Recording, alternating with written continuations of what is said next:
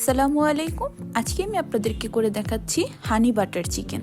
এটি মূলত একটি কোরিয়ান জনপ্রিয় স্ট্রিট ফুড, কিছুটা মিষ্টি, সল্টি ও ক্রিস্পি স্বাদের হয়ে থাকে। আর ভিডিওটি শুরু করার আগে সকলকে একটু বলে নিচ্ছি যে যেখান থেকে আমার এই ভিডিওটি দেখছেন সবাই কিন্তু আমার চ্যানেলকে একটু সাবস্ক্রাইব করে দিবেন। তো শুরুতেই আমাদের লাগবে চিকেন, এই জন্য আমি এখানে প্রায় 200 গ্রামের মতো বোনলেস চিকেন নিয়ে নিয়েছি। এবার আমি চিকেনটাকে ম্যারিনেশন করব, এই জন্য আমি দিয়ে দিচ্ছি 2 চামচ পরিমাণের সয়া সস, দিয়ে দিব 1 চামচ পরিমাণে কালো গোলমরিচের গুঁড়া, আরও দিয়ে দিব স্বাদ মতো লবণ। আমি এখানে 1 চামচ পরিমাণে লবণ ব্যবহার করেছি।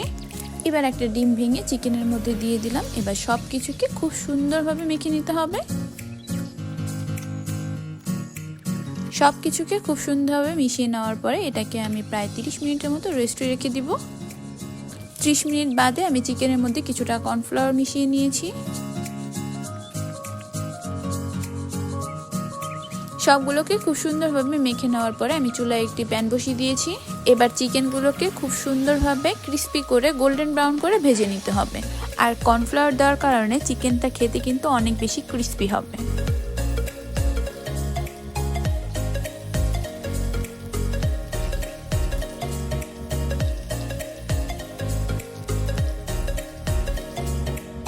নিশ্চয়ই তোমরা সাউন্ডটা শুনে বুঝতে পারছো যে চিকেনটা কতটা ক্রিস্পি হয়েছে।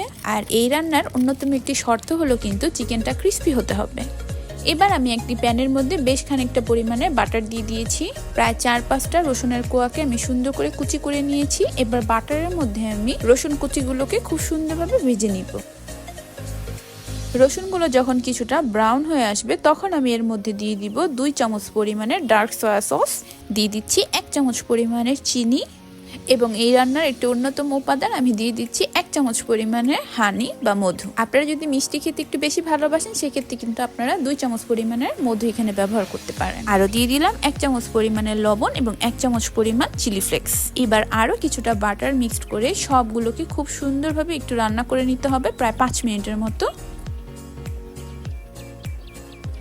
এবার আমি এর মধ্যে দিয়ে দিচ্ছি কর্নফ্লাওয়ার স্লারি। প্রায় 2 চামচ পরিমাণ কর্নফ্লাওয়ারকে আমি সামান্য একটু পানি দিয়ে খুব সুন্দরভাবে মিক্স করে নিয়েছি। এবার এই মিক্সচারের মধ্যে আমি চিকেনগুলোকে ঢেলে দিচ্ছি।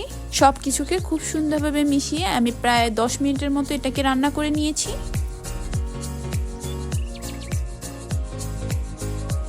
সো অলমোস্ট আমার রান্না কিন্তু শেষ। এবার আমি উপর থেকে কিছুটা সাদা তিল অথবা সিসিমি সিডস ছড়িয়ে দিচ্ছি।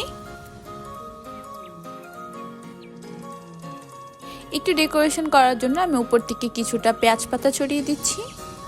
আর এই রেসিপিটা কিন্তু আমি প্রথমবার ট্রাই করেছি। অনেকদিন ধরে ট্রাই করব ভাবছিলাম, তবে ট্রাই করা হচ্ছিল না। কারণটা হচ্ছে চিকেনের সাথে অ্যাকচুয়ালি মিষ্টি সল্টি কম্বিনেশনটা কীরকম যাবে আমি ঠিক বুঝে উঠতে পারছিলাম না।